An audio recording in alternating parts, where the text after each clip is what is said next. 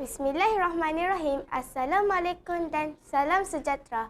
Hargai saya Malaysia, itulah tema yang akan saya perkatakan dalam pidato saya kali ini. Minyak sawit merupakan minyak ajaib yang mempunyai pelbagai kebaikan atau manfaat kepada kita. Tahukah anda, bilakah pokok sawit mula-mula ditanam di Malaysia? Pokok sawit mula masuk ke Malaysia pada 100 tahun yang lalu, iaitu pada tahun 1848 oleh orang-orang Belanda dan dijadikan sebagai pokok perhiasan. Tahun 1917 merupakan tahun pertama kelapa sawit ditanam secara komersial di Estet Tanah Maran dan Estet Elmina Selangor. Industri kelapa sawit telah banyak membantu pembangunan negara. Hampir 500,000 orang pekebun kecil menjana sumber pendapatan melalui penanaman kelapa sawit. Pokok sawit yang tumbuh subur di tanah ini anugerah ilahi yang menjadi pembangkit kepada ekonomi negara.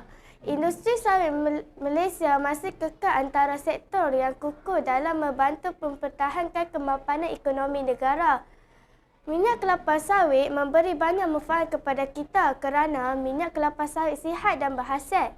Minyak sawit diekstrak daripada sabut kelapa sawit, manakala minyak isirung kelapa sawit diekstrak daripada isirung kelapa sawit. Minyak kelapa sawit baik untuk kesihatan. Pertama, kerana minyak kelapa sawit membantu menyerap vitamin E dan A, D, E dan K. Kedua, minyak sawit bebas lemak trans dan kolesterol. Ketiga, minyak sawit kaya vitamin E tokotrienol. Vitamin E tokotrienol berperanan untuk memberi perlindungan kepada sel-sel saraf, mampu mencegah sel-sel kanser dan melindungi daripada penyakit jantung. Keempat, minyak sawit sesuai untuk vegan. Dan kelima, minyak sawit bebas GMO.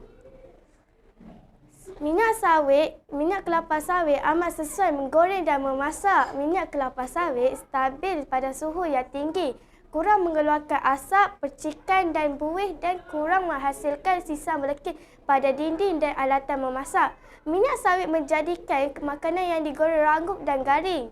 Minyak sawit sesuai digunakan dalam pelbagai jenis makanan dan tidak mempengaruhi rasa asli makanan. Jadi, marilah kita sama-sama menggunakan minyak sawit semasa memasak. Kelapa sawit juga merupakan tanaman yang paling produktif berbanding tanaman minyak sayur lain. Jika dibandingkan minyak sawit dan minyak sayuran yang lain, minyak sawit dan isirung mempunyai purata pengeluaran minyak sebanyak 0.335 per tan hektar berbanding minyak kacang soya yang hanya menghasilkan purata pengeluaran sebanyak 0.45. Manakala minyak biji sesawit pula menghasilkan purata pengeluaran sebanyak 0.74 dan minyak bunga matahari sebanyak 0.76. Terbukti penanaman kelapa sawit sangat efektif.